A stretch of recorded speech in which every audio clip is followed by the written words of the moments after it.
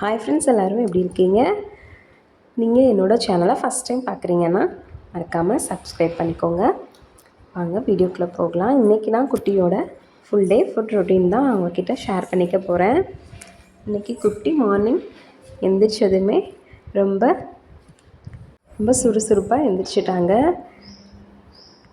நல்லா ஸ்மைலோடு இன்றைக்கி டேவை ஸ்டார்ட் பண்ணியாச்சு. இன்றைக்கி நான் குட்டிக்கு மார்னிங் பிரேக்ஃபாஸ்ட்டுக்கு அவகேடோ பேன் கேக் தான் செஞ்சு கொடுத்தேன். குட்டி எந்திரிச்சதுமே எப்போயுமே நான் பிரேக்ஃபாஸ்ட் கொடுத்துருவேன். அவகேடோ பேன் கேக்கு நான் ஒரு அவகேடோ எடுத்து பாதியாக கட் பண்ணிவிட்டு நல்லா மிக்சியில் அரைச்சி எடுத்துக்கிட்டேன்.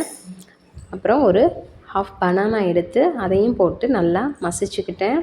அதில் ஒரு எக்கை உடச்சி ஊற்றிட்டு நல்லா மிக்ஸ் பண்ணிக்கிட்டேன்.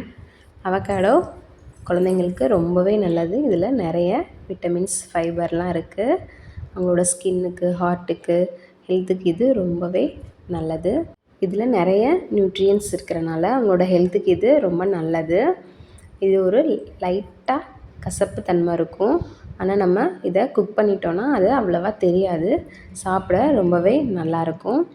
வாங்க நம்ம பேன் கேக் எப்படி பண்ணுறதுன்னு பார்க்கலாம். எல்லாத்தையும் நல்லா மிக்ஸ் பண்ணிவிட்டு நான் அடுப்பில் தோசை சட்டி வச்சுட்டு கொஞ்சமாக பட்டர் ஊற்றிட்டு இதை குட்டி குட்டி பேன் கேக்காக ஊற்றி எடுத்துக்கிட்டேன். நல்லா 2 பக்கமாக வேக வச்சுட்டு ப்ரௌன் கலர் வர வரைக்கும் நல்லா வேக வச்சு எடுத்துக்கிட்டேன். நல்லா வெந்ததும் இதில் நான் கொஞ்சமாக ஹனி ஆட் பண்ணி தான் குட்டிக்கு கொடுத்தேன். நல்லாவே சாப்பிட்டாங்க. இதை நம்ம அடுப்பு சிம்லேயே வச்சு தான் வேக வைக்கணும். அப்போ தான் இது நல்லா கீழே பிடிக்காமல் நல்லா குக் ஆகும். இல்லைன்னா ஒரு மாதிரி கருகிரும். நான் சிம்லேயே தான் வச்சு வேக வச்சு எடுத்தேன். நல்லா வெந்துருச்சு, சாஃப்டாக இருந்துச்சு. சாப்பிட்றதுக்கு ரொம்பவே நல்லா இருந்துச்சு டேஸ்ட்டு. நான் கூட அந்த கசப்புத்தன்மை தெரியும்னு நினச்சேன். குக் பண்ணவும் அது அவ்வளோவா தெரியல, லைட்டாக தான் தெரிஞ்சிச்சு. அதனால் நான் குட்டிக்கு கொஞ்சம் ஹனி ஆட் பண்ணி தான் கொடுத்தேன். ஹனி ஆட் பண்ணவும் அந்த டேஸ்ட்டு சூப்பராக இருந்தது. அந்த கசப்புத்தன்மையும் தெரியல. ரொம்பவே நல்லா இருந்தது டேஸ்ட்டு. எனக்கு ரொம்ப பிடிச்சிருந்தது, குட்டிக்கும் ரொம்ப பிடிச்சிருந்தது. விரும்பி சாப்பிட்டாங்க. அவங்களாவே எடுத்து தொட்டு சாப்பிட்டாங்க. அந்த டேஸ்ட்டுக்கு குட்டிக்கு ரொம்பவே பிடிச்சிருந்தது. ஹனியோடு தொட்டு சாப்பிடும்போது அவங்களுக்கு அந்த ஸ்வீட் தான் தெரிஞ்சது. அதனால் அவங்க விரும்பி சாப்பிட்டாங்க. கசப்பு தெரியலை. இது அவங்க ஹெல்த்துக்கு ரொம்பவே நல்லதுன்றனால நான் இதை ட்ரை பண்ணேன். உங்களுக்கு இது ரொம்பவே பிடிச்சிருந்துச்சு. ரொம்ப சாஃப்டாக இருந்துச்சு. ரொம்ப நல்லா இருந்தது. இதோட டேஸ்ட்டு கொஞ்சமாக லைட் பட்டரியாக இருந்தது. ரொம்ப நல்லா இருந்தது.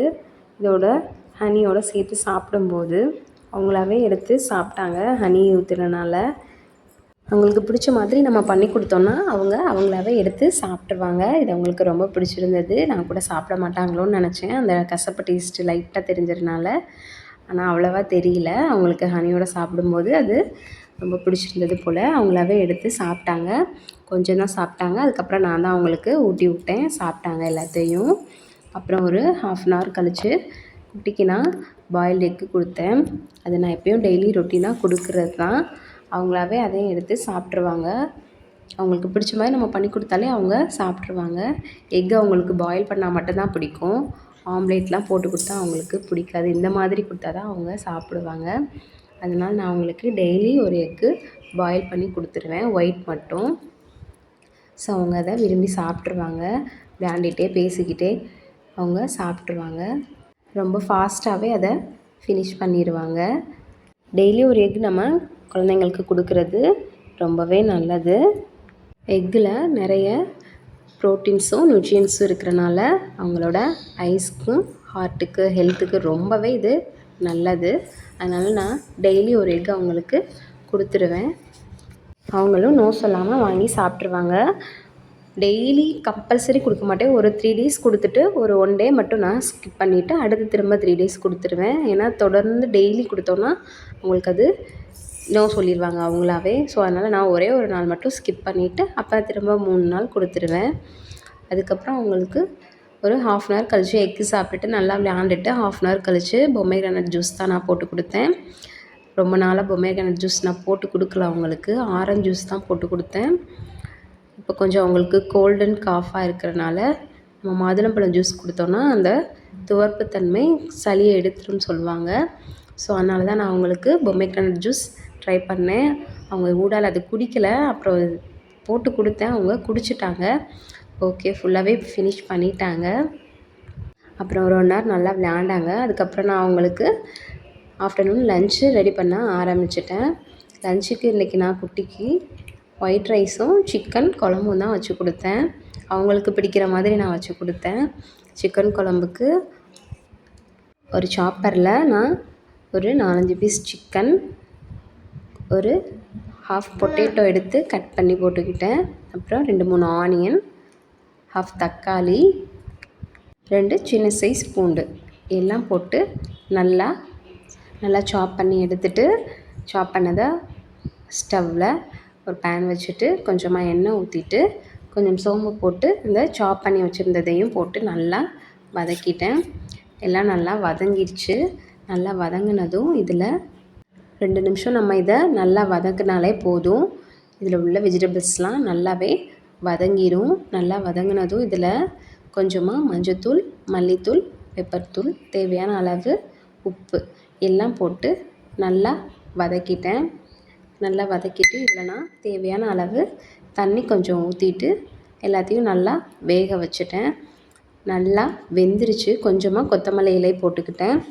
நல்லா வெந்துருச்சு. சிக்கன், பொட்டேட்டோஸ் எல்லாமே நல்லா வெந்துருச்சு. குட்டி குட்டியாக சாப் பண்ணனால நல்லா வெந்ததும் இதை நான் ஒயிட் ரைஸில் போட்டு குட்டிக்கு ஊற்றி விட்டேன். அவங்க விரும்பி சாப்பிட்டாங்க. அந்த டேஸ்ட் அவங்களுக்கு ரொம்பவே பிடிச்சிருந்தது. நான் கூட சாப்பிடுவாங்களோன்னு நினச்சேன். ஆனால் அந்த சிக்கன் பீஸ்லாம் குட்டி குட்டியாக இருந்தனால அவங்களுக்கு மென்று சாப்பிட ரொம்பவே ஈஸியாக இருந்தது. அதனால் அவங்க விரும்பி சாப்பிட்டாங்க. டேஸ்ட்டும் ரொம்பவே சூப்பராக இருந்தது. அவங்களுக்கு பிடிச்ச மாதிரி இருந்தனால அவங்க அதை ரொம்பவே லைக் பண்ணி சாப்பிட்டாங்க. இதான் அவங்களுக்கு நான் ஃபஸ்ட் டைம் சிக்கன் குழம்பு மாதிரி வச்சு ஊட்டி விட்ருக்கேன். இல்லைனா சிக்கன் பிரியாணி, சிக்கன் ரைஸ்னு அந்த மாதிரி தான் நான் 1 பாட் ரைஸ் மாதிரி வச்சு கொடுப்பேன். அதுதான் சாப்பிட்ருக்காங்க. இதான் ஃபஸ்ட் டைம் நான் அவங்களுக்காக சிக்கன் குழம்பு வச்சு செஞ்சு கொடுத்தேன். அவங்க விரும்பி சாப்பிட்டாங்க. இப்போ கொஞ்சம் கோல்டு காஃப் இருக்கிறனால தான் இந்த மாதிரி ட்ரை பண்ணுவோமேன்னு ட்ரை பண்ணேன். அவங்களுக்கு இது ரொம்ப பிடிச்சிருந்தது. விரும்பி சாப்பிட்டாங்க அவங்களாவே. ஒரு வாய் வாங்கினதுமே அவங்க நல்லா மென்று பார்த்தாங்க, டேஸ்ட்டு டிஃப்ரெண்ட்டாக இருக்குதுன்னு. ஆனால் அதுக்கப்புறம் அவங்களாவே வாங்கி சாப்பிட ஆரம்பிச்சிட்டாங்க. ரொம்ப பிடிச்சிருந்தது அவங்களுக்கு இந்த டேஸ்ட்டு. நல்லா சாப்பிட்டாங்க. சிக்கன் ரொம்ப ரேராக தான் எடுப்போம். ஸோ அதனால் நான் அவங்களுக்கு சூப்பு அந்த மாதிரி தான் வச்சு கொடுத்துருக்கேன். 1 பாட் ரைஸ்னு. இதான் ஃபஸ்ட் டைம் நான் அவங்களுக்கு வச்சு கொடுக்குறேன். நல்லாவே விரும்பி சாப்பிட்டாங்க. நீங்களும் ட்ரை பண்ணி பாருங்கள். குழந்தைங்களும் விரும்பி சாப்பிடுவாங்க. மல்லித்தூள் இதில் நான் ஆட் பண்ணனால அவங்களுக்கு டிஃப்ரென்ஸ் கண்டுபிடிப்பாங்கன்னு நினச்சேன். சாப்பிட மாட்டாங்களோன்னு, ஆனால் விரும்பி சாப்பிட்டுட்டாங்க. நீங்களும் ட்ரை பண்ணி பாருங்கள் உங்கள் குட்டீஸ்க்கு. அப்புறம் ஈவினிங் தூங்கி எழுந்திரிச்சதும் நான் அவங்களுக்கு இன்றைக்கி நான் நட்ஸ் பால் தான் போட்டு கொடுத்தேன். அவங்களுக்கு 1 வீக்காகவே நல்ல கோல்ட் அண்ட் காஃப்மாக இருக்குது. ஸோ அதனால் நான் வெறும் பால் எப்போயுமே அவங்களுக்கு நாட்டு சர்க்கரை போட்டு தான் கொடுப்பேன். ஸோ இனிமேல் நட்ஸ் பால் கொடுக்கலான்னு சொல்லிவிட்டு நல்லா நட்ஸ்லாம் வாங்கி ரோஸ்ட் பண்ணிவிட்டு பாலில் போட்டு கொடுத்தேன். கொஞ்சமாக பனங்கற்கண்டு மட்டும் போட்டுக்கிட்டேன் நாட்டு சர்க்கரைக்கு பதிலாக. நாட்டு சர்க்கரை இந்த சளி இருக்கிற வரைக்கும் கொஞ்சம் ஸ்கிப் பண்ணிக்கலான்ட்டு பனங்கற்கண்டு தான் போட்டு குடித்தேன். அவங்க குடிச்சிட்டாங்க. நல்லாவே ஃபுல்லாகவே ஃபினிஷ் பண்ணிட்டாங்க. டேஸ்ட் அவங்களுக்கு டிஃப்ரென்ஸ் தெரியல. இனிமேல் டெய்லி இது தான் கொடுக்கணும். ஏன்னா வெறும் பால் குடித்தாலுமே அவங்களுக்கு சளி பிடிச்சா விடாது சொல்லுவாங்க. ஸோ அதனால தான் இவங்களுக்கு 1 வீக் மேலேயே விடவே இல்லை. அதான் நான் நட்ஸ் பால் போட்டு கொடுக்க ஆரம்பிச்சிட்டேன். பால் குடித்து முடிச்சுட்டு அவங்க பார்க்கு போகிறதுக்கு ரெடி ஆகிட்டாங்க. ட்ரெஸ் பண்ணிவிட்டு பார்க் கிளம்பிட்டாங்க. பார்க்கு டெய்லி அது ரொட்டீனாக அவங்க போகிறது தான். ஈவினிங் டைம் 1 ஹவர் போய் நல்லா விளையாண்டுட்டு வந்துடுவாங்க. அவங்க அந்த டைம் மட்டும்தான் அவங்க வெளியில் போகிற டைம். மற்ற நேரம் ஃபுல்லாக அவங்க வீட்டில் தான் இருப்பாங்க. ஸோ இந்த 1 ஹவர் மட்டும் நான் அவங்கள டெய்லி கூட்டிகிட்டு போய் நல்லா விளையாட விட்டு கூட்டிகிட்டு வந்துடுவேன். அப்போ தான் அவங்க நல்லா சாப்பிடுவாங்க. பார்க் போயிட்டு வந்ததுமே நான் அவங்களுக்கு நைட் டின்னர் ப்ரிப்பேர் பண்ண ஆரம்பிச்சிடுவேன். அவங்க டிவி பார்த்துட்டே விளாண்டுட்ருப்பாங்க. நைட் டின்னருக்கு நான் அவங்களுக்கு இன்றைக்கி அவகேடோவில் ப்ரெட் டோஸ்ட்டு தான் பண்ணி கொடுத்தேன். அவகேடோ ப்ரெட் டோஸ்ட்டுக்கு ஒரு அவகேடோ எடுத்து நல்லா கட் பண்ணிவிட்டு ஹாஃப் அவகேடோ மட்டும் நான் எடுத்துகிட்டு நல்லா உள்ளதை எடுத்து ஜாரில் போட்டு நல்லா அரைச்சிக்கிட்டேன். அது எனக்கு மசிக்க வராதனால நான் ஜாரில் போட்டு நல்லா அரைச்சிட்டேன். நல்லா அரைச்சிட்டு இதில் நான் ஹாஃப் பனானா போட்டு, செவ்வாழைப்பழம் தான் நான் அன்றைக்கி எடுத்திருக்கேன், அதையும் போட்டு நல்லா மசிச்சுக்கிட்டேன். மசிச்சுட்டு 2யும் ஒரு ப்ரெட் பீஸ் எடுத்து சைடில் உள்ள ப்ரௌன்ஸ்லாம் கட் பண்ணிவிட்டு நல்லா அதில் தடவிட்டு அடுப்பில் தோசை சட்டி வச்சு பட்டர் ஊற்றிட்டு நல்லா 2 பக்கமும் ரோஸ்ட் பண்ணி எடுத்துக்கிட்டேன். அவகேடோ அது குக் பண்ணவும் அது டேஸ்ட்டே மாறிடுது. ரொம்பவே நல்லா இருந்தது.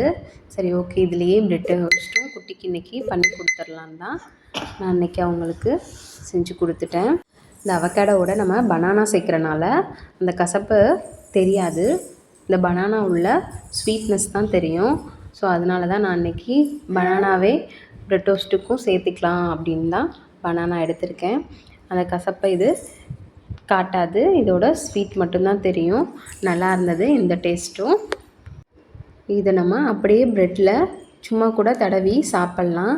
நான் குட்டிக்கு கொடுக்குறனால நான் இதில் ப்ரெட்டில் தடவி நல்லா டோஸ்ட் பண்ணி கொடுத்தேன். டேஸ்ட்டு நல்லாவே இருந்தது. நான் அந்த கசப்பு தெரியக்கூடாதுன்றதுக்காக கொஞ்சமாக ஹனி ஆட் பண்ணி தான் கொடுத்தேன் டோஸ்ட் பண்ணிவிட்டு. அது டோஸ்ட் பண்ணும்போதே அதோட ஸ்மெல்லே ரொம்ப ஃப்ளேவரபுளாக சூப்பராக இருந்தது. டேஸ்ட்டும் ரொம்ப நல்லாவே இருந்தது. குட்டிக்குமே இந்த டேஸ்ட்டு ரொம்ப பிடிச்சிருந்தது. பேன்கேக் மாதிரி இதையும் விரும்பி சாப்பிட்டாங்க.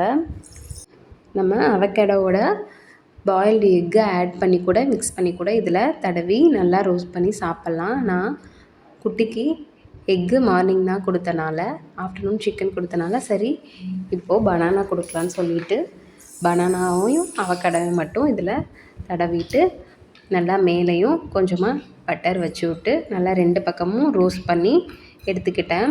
சூப்பராக இருந்துச்சு. அதோட கலரும் நல்லா இருந்துச்சு. ஃப்ளேவர் டேஸ்ட் எல்லாமே நல்லா இருந்தது. நல்லா வேக விட்டு எடுத்துகிட்டு லைட்டாக இதில் கொஞ்சமாக மேலே மட்டும் ஹனி ஊற்றிட்டு குட்டிக்கு கட் பண்ணி கொடுத்தேன். அவங்களுக்கு பார்த்ததுமே ரொம்ப பிடிச்சிருந்தது. வேகமாக எடுத்து சாப்பிட்டாங்க. டேஸ்ட்டு சாப்பிட்றதுக்கு ரொம்பவே நல்லா இருந்தது. எனக்கு ரொம்ப பிடிச்சிருந்தது. குட்டிக்கும் ரொம்ப பிடிச்சிருந்தது. விரும்பி சாப்பிட்டாங்க. நான் எனக்கும் சேர்த்து தான் இது பண்ணிக்கிட்டேன். ரொம்பவே நல்லா இருந்தது டேஸ்ட்டு. அவகேடோ டேஸ்ட்டு குக் பண்ணால் ரொம்பவே நல்லாயிருக்கு. நம்ம அதோட ஏதாவது ஸ்வீட்னஸ் வச்சு சாப்பிடும்போது அது ரொம்ப நல்லாயிருக்கு. அந்த கசப்பு தன்மை தெரியாமல் நீங்களும் உங்கள் குட்டீஸ்க்கு ட்ரை பண்ணி பாருங்கள். அவங்களும் விரும்பி சாப்பிடுவாங்க. இதில் நிறையவே ப்ரோட்டீன்ஸும் நியூட்ரியன்ஸும் இருக்கிறனால அவங்களோட ஹெல்த்துக்கு இது ரொம்பவே நல்லது. அவகேடோ டேஸ்ட்டு குட்டிக்கு ரொம்ப பிடிச்சிருச்சு. குட்டிக்கு அடிக்கடி இது இனிமேல் ஃபுட்டில் சேர்க்கணும். அவங்க ஹெல்த்துக்கு இது ரொம்பவே நல்லது. அவங்களாவே எடுத்து கொஞ்சம் கொஞ்சமாக கடிச்சு சாப்பிட்டாங்க. 2 பிரெட் அளவுக்கு அவங்க சாப்பிட்டாங்க. அவங்களோட வயிறுக்கு அது போதுமான அளவு தான். ஏன்னா நம்ம அவகேடோ பனானாலாம் சேர்த்தனால அது அவங்களுக்கு போதுமான அளவு தான். அப்புறம் நைட்டு 10 o'clock மேலே நான் அவங்களுக்கு ஒரு கிளாஸ் பால் மட்டும் கொடுத்துருவேன். நைட்டுக்கும் நான் அவங்களுக்கு இன்றைக்கி நட்ஸ் பால் தான் கொடுத்தேன். அதவே தான் இனிமேல் ரொட்டீன் ஆக்கணும். அவங்க தூங்குறதுக்கு 1 மணி நேரத்துக்கு மேலேயே ஆயிரும். உருண்டுட்டு விளையாண்டுட்டு அப்புறம் தான் தூங்குவாங்க. உங்களுக்கு என்னோட இந்த வீடியோ பிடிச்சிருந்ததுன்னா மறக்காமல் சப்ஸ்கிரைப் பண்ணிடுங்க. நெக்ஸ்ட் வீடியோவில் பார்க்கலாம். தேங்க்யூ ஃபார் வாட்சிங். தேங்க்யூ. பை.